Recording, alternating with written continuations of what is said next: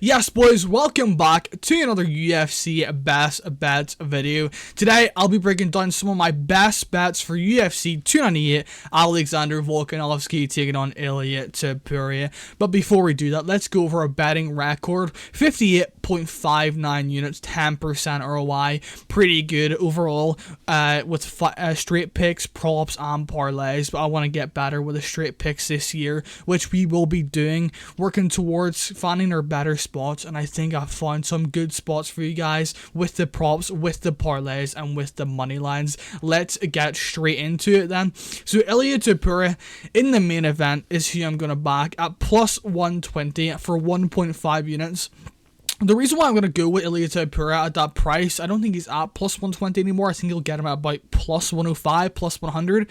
I think that Ilia Topuria is going to be able to land the bigger shots. I think that I have a weird feeling that Alexander Volkanovski, after that KO loss to Islam Makhachev, is not going to be the same fighter. Only 3 months ago, after getting brutally KO'd for the first time, well, second time in his career, once was like 10 years ago, but the first real time in the UFC, and he's 35 years of age. We know what the 35-year-old record is from 170 and below in title fights, and I just feel like it's Ilia Topuria's time, man. There's something in the air that is just telling me Ilia Topuria is going to go out there, land the big shots, and put Alexander Volkanovski away in round 2. I do believe Alexander Volkanovski is, of course, the better fighter. He's maybe the faster fighter.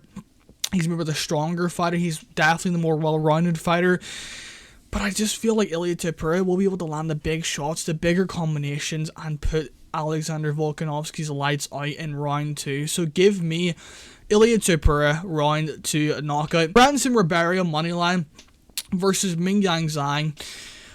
I'm not very confident, because this is gonna be a crazy fight. I mean, anything can happen, but I feel like Ribeiro is a more skilled striker, to be honest, and from range, like, I like his, longer range attacks with the straight punches, and Mingyang Zhang just eats punches with his face. I mean, this dude literally, his defense is eating punches with his face. Yes, both guys have very poor striking defense, which could make this bet look really bad, because whoever wins this is probably going to get a first round knockout. So I think that Branson Ribeiro has a longer range strikes. I think he's more tactical with his Muay Thai on the feet, and I just like that in this matchup. I think Mingyang Zhang is going to struggle from range to reach the chin off Branson Ribeiro, even though he is very hittable. But I think that Branson Ribeiro's straight shots will be able to beat the more looping hooks off Mingyang Zhang in this matchup. So I'm going to go with Ribeiro by first round KO to keep that length, use that 1-2 down the pipe, and be the more tactical guy on the feet and find the finish. I cannot believe a book lined that up at that under 2.5, like minus 110. Wow, that's insane. I can't believe a book actually did that. But yeah, Andrea Lee taking on Miranda Maverick in her next bet. Plus 170 for 1 unit. I don't understand this line whatsoever. Miranda Maverick has burnt so many people in the past by being this kind of a big favourite, as we've seen against Jostevicius. I mean, that was just a parlay buster right there. And Andrea Lee, man, is going to be the way better striker on the feet by miles. It's not going to be close, in my opinion. I mean, maybe that's a bit over-exaggeration, but I think that Andrea Lee is the way better striker, though. I do think she's going to be the more dynamic striker. I think she's going to be the more diverse striker, and I think that she will have the more power on the feet to, stun maybe Miranda Maverick a few times. I'm not going to say she's going to finish her. That's very unlikely. Of course, it's WMMA. The over 2.5 is like minus 300, but you know what I mean? I feel like she'd be able to land the bigger shots, land the more impactful shots, and on the ground, yes, Miranda Maverick will have an advantage for sure with the wrestling, with the grappling, but overall, I like the damaging strikes from Andrea Lee, and I don't really see Miranda Maverick being very threatening once against the ground. I think that Andrea Lee can make her way to the cage and cage walk like she has done it a few times, but her takedown defense is lacking, I will say that, but I like her get-up game. I think her get-up game is solid enough to get back up from Miranda Maverick, who is pretty good on top, but at minus like 200 or whatever she is right now, I just don't like that price whatsoever. So give me Andrea Lee for the value play for 1 unit, plus 170. And onto her props now. We'll actually go into our parlays because we have kind of like a hedge in this. So Whittaker and Elliott. You know, I feel like Elliott, after what I've heard, this could be a potential don't play what I played here. I'll be honest, this could be a potential. Yes, this is not a good sign for a bettor to be saying, a capper to be saying, but you know, Elliott, dude, have you been like, has anyone seen on Twitter his coach Jack Shore's dad like said, what did he say? They thought the fight was at 185 and it's 170, and he's like struggling to cut weight right now to 170. They thought the fight was at 185 versus Val Whittaker, which is insane. How did they not know it was at 170? That is absolutely insane. But yeah, if that is true, I mean, maybe a bet on Val Woodburn just for value isn't a bad play, but honestly, if it's just like a troll or a joke, I think Elliott is miles better than Val Woodburn, man. Val Woodburn is not very good at fighting. I just don't think so whatsoever. He's a guy that will swing big, miss big, and if, you know, not getting a first round KO doesn't work, he'll get you against the fence, you know, grind on you, land some shots against the fence, but apart from that, that's all he has, really, in my opinion. And on the feet, I think Elliott is a way more technical striker for range. I think that he has the better kicks, the more straight punches, the better range.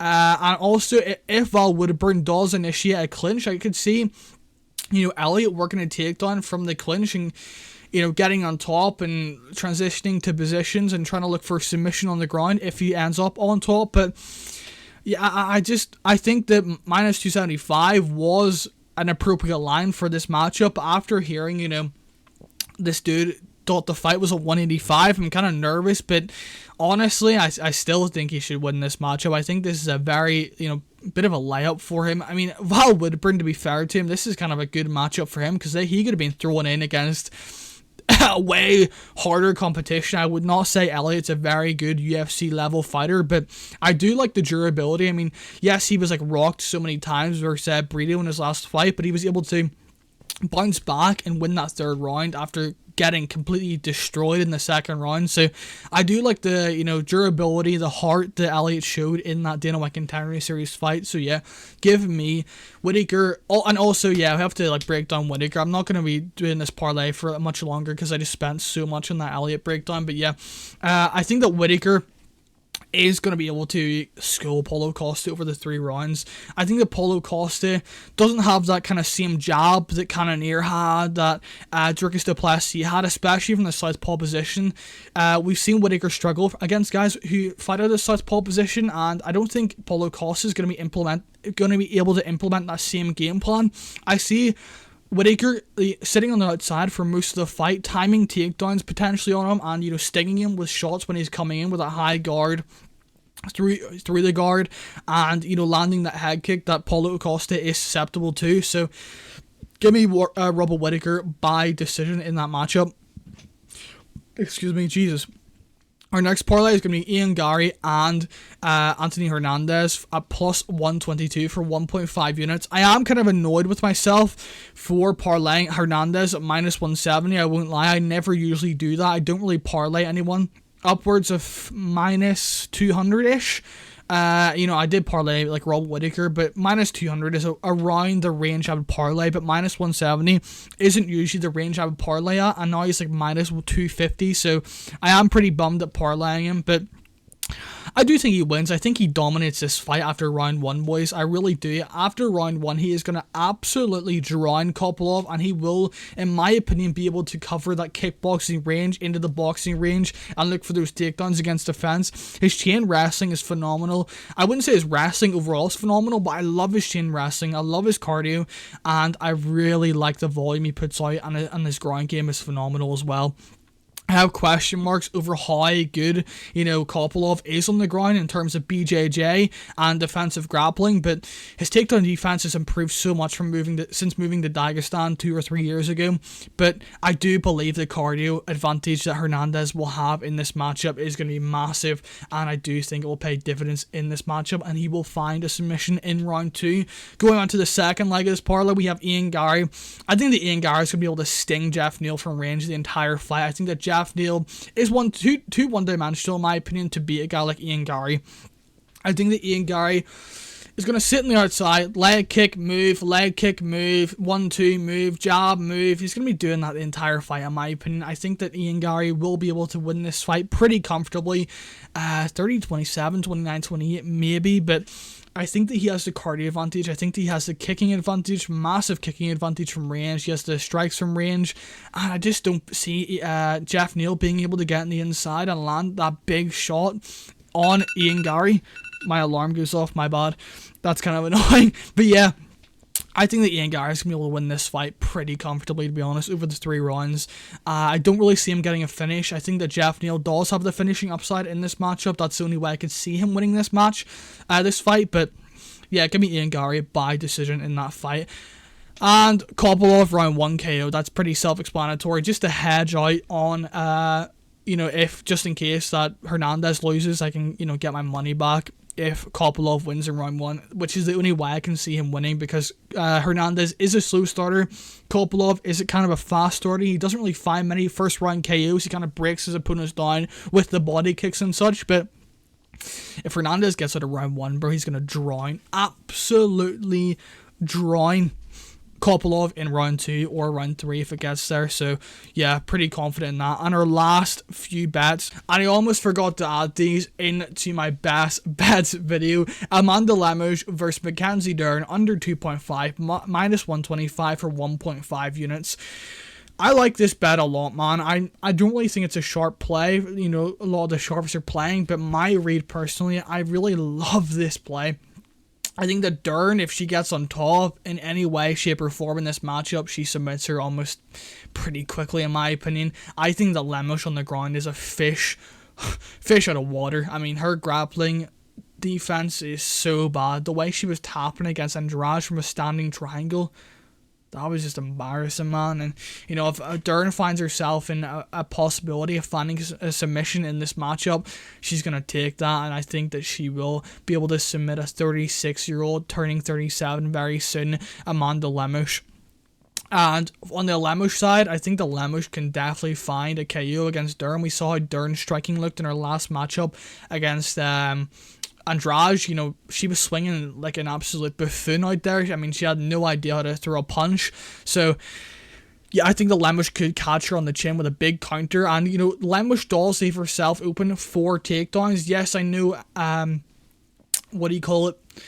Dern isn't the best takedown artist, but she does overswing, and I could see Dern potentially getting a head and arms through, potentially getting a single leg in this matchup and getting her to the ground just by her, overswinging massively with her big hooks over the top. I could see Dern potentially getting under and definitely getting a takedown in this matchup. And like I said, Dern, the way she was throwing punches on the feet, Lemos could definitely land a big shot and, get a standing TKO like Andrade did in that matchup. So I love the under, and I have Dern by submission round 2 plus 1100. Dern by submission round 3 plus 1800. I love those numbers a lot. They are juicy numbers, especially for a woman that gasses a lot after round 1, who has found herself on bottom against Michelle Watterson. So I love those numbers and the way she looked against Andrade in the submission defense department. I mean, plus 1100 round 2, plus 1800 round 3 for Dern. I will take that all day. Off this is going to be Paulo Costa, significant strikes landed under 29.5. I'm very confident in this, and I have beaten the line, if I can speak. I have beaten the line. It's sitting at 22.5 right now. I got it at minus 120 for 29.5. It's moved down 7 strikes. So I'm very confident in that. I think that Robert Whittaker is a much harder guy to land on than Marvin Vettori, than Romero and other guys like that. Yes, Robert Whittaker can be hit and can be rocked, but before he gets rocked, he's very like a hard guy to find and hurt. So yeah, I'm gonna go with that. Obviously, I mean, I've beaten the line by 7 strikes, and my cash out is is up right now. So yeah, pretty happy with that. And then our other 2 remaining bets are on the main event. Under 68.5 strikes, Alexander Volkanovski versus Ilia Topuria round 1. I think that this is a very good bet, in my opinion. I don't really see either guy, like really separating themselves in round 1. I think that action will kind of start round 2, round 3, and I am picking Ilia Topuria round 2, but I don't really see much happening in between the big moments of Ilia Topuria. I don't really see Volkanovski being able to, separate himself massively in the first round. And he's only went over 30 significant strikes in his whole career in title fights twice. And guess who they were against? I can't stop stuttering right now, but yeah. Guess who they were against? They were against Ortega and Korean Zombie. Ortega and Korean Zombie, literally walking punching bags.